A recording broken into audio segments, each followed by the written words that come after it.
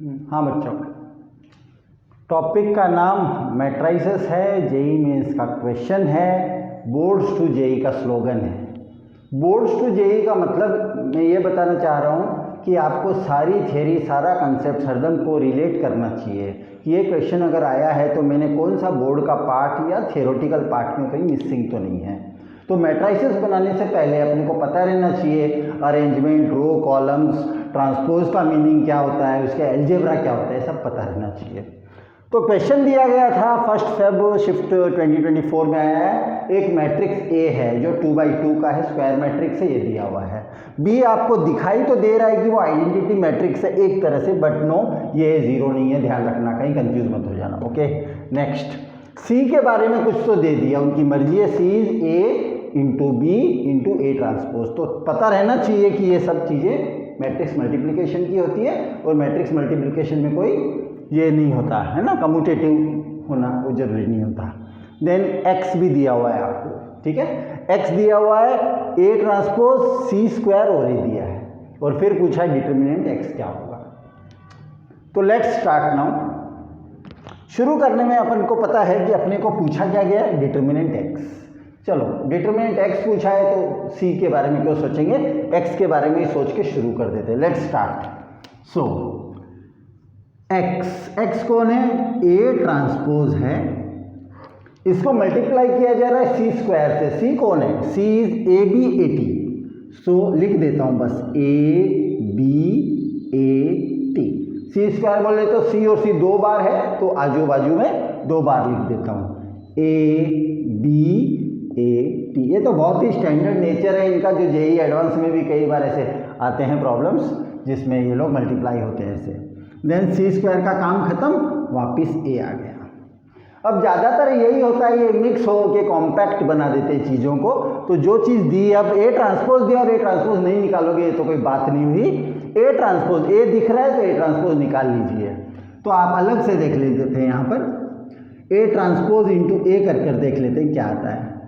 A transpose, transpose का meaning भी समझना लीजिए, रोज को कॉलम में जब कन्वर्ट कर लेंगे उसका नाम होता है ट्रांसपोज। तो मैं यहाँ पर कर रहा हूँ ये √2, रो को कॉलम में लिख देता हूँ, रो को कॉलम में लिख देता हूँ, पहले ट्रांसपोज लिख दिया और बाजू में खुद √2 1 -1 √2 लिख देता हूँ। तो ए ट्रांसपोज इंटू ए का जो भी आंसर आएगा वो अपन यहाँ पर यूज कर पाएंगे। ओके, सो मैट्रिक्स मल्टीप्लिकेशन आपको पता रहना चाहिए कि ये ऑलवेज आपका हॉरिजॉन्टल रो और वर्टिकल कॉलम से होता है 1 to 1। तो फटाफट देख लेते हैं, √2 इंटू √2 2 प्लस -1 इंटू 1, तो क्या 2 + 1 3 हो गया, और ये यहाँ पर √2 - √2 ये आ गया 0, ये आ गया है 0। फिर यहाँ पर हॉरिजॉन्टल, ये वर्टिकल, √2 - √2 ये भी 0 आ गया, फिर 1 + 2 3। तो यहाँ पर ये आ गया अपना एक तरह से 3 टाइम्स 1 0 0 1, एक तरह से आपने को 3i मिल गया है। 3i स्केलर मल्टीप्लिकेशन काम में आया है, 3 टाइम्स 3i मिल गया। अच्छी बात है, जब भी i मिलता है तो अपने को खुशी होनी चाहिए, क्योंकि i का मतलब ही है कि एक तरह से कॉम्पैक्ट होगा। सो AT इंटू ए, ये बन गया अपना 3i। तो इसके बदले में लिख लेता हूँ 3 टाइम्स 1, 3 इंटू 1 लिख दिया। फिर क्या बचा है आपका, ये b बचा है, बचने दो। AT और a को फिर से कॉम्पैक्ट कर लो, 3 बार AT a कॉम्पैक्ट हो रहे हैं, तो 3i आपके 3 3 3 ऐसे हो रहे हैं। b बाद में फिर से 3i आ रहा है, और फिर से एक b आ रहा है, फिर से 3i आ रहा है। चलो i तो दोस्त ही होते हैं, i की छोड़ दो, i 3 बार i मिटाने के बराबर है वो, 3 3 9 3 27 हो गया। 27 इंटू i नहीं भी हो तो कोई बड़ी बात नहीं है, i तो 1 नहीं होता, इंटू 1 वाली बात थी, और b का स्क्वायर है। अभी तक मैंने डिटर्मिनेंट लगाया नहीं है, b का स्क्वायर का मीनिंग समझ लो। b का स्क्वायर का मतलब आपको इस b को स्क्वायर करना है, बस b इंटू बी करना है, ठीक है। तो b इंटू बी कर लेते हैं अलग से अपन। b इंटू बी क्या आएगा, 1 0 1 1, b के बाजू में फिर से एक और b कर दो आप, ठीक है। हाँ, तो ये क्या हो गया 1, ये तो 1 हो गया, और ये हॉरिजॉन्टल, ये वर्टिकल, 0 और 0, ये 1 + 1 2 और ये 0 और ये 1। ओके, याद रखना क्या आया है, 1 0 2 1 आया है आपका।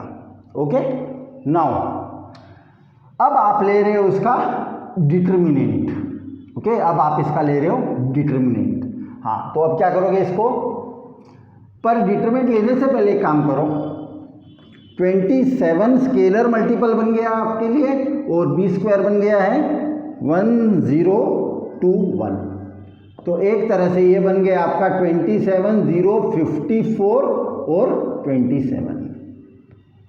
जब मैट्रिक्स का डिटर्मिनेंट लेते हैं तो उसकी ब्रैकेट के कान खड़े हो जाते हैं और left to right minus right to left ले ही लेते हैं। तो इसका डिटर्मिनेंट ही तो लेना फाइनली। इसका डिटर्मिनेंट अपन जब लेंगे तो मैं रेड पेन से स्टार लगा देता हूँ। इसका डिटर्मिनेंट का मीनिंग क्या हुआ, 27 × 27 -0 हो गया, 27 × 27 हो गया -0 हो गया। तो 27 क्या बन गया, ये 27 का स्क्वायर कितना हो गया, 729 हो गया। तो ये एकदम कंसेप्ट इजी मेथड से है। फिर से देख लीजिए क्या किए हैं, A B C X दिया हुआ है, डिटरमिनेंट X पूछा था, जो भी दिया था उसका पालन किए हैं, लिख दिए हैं।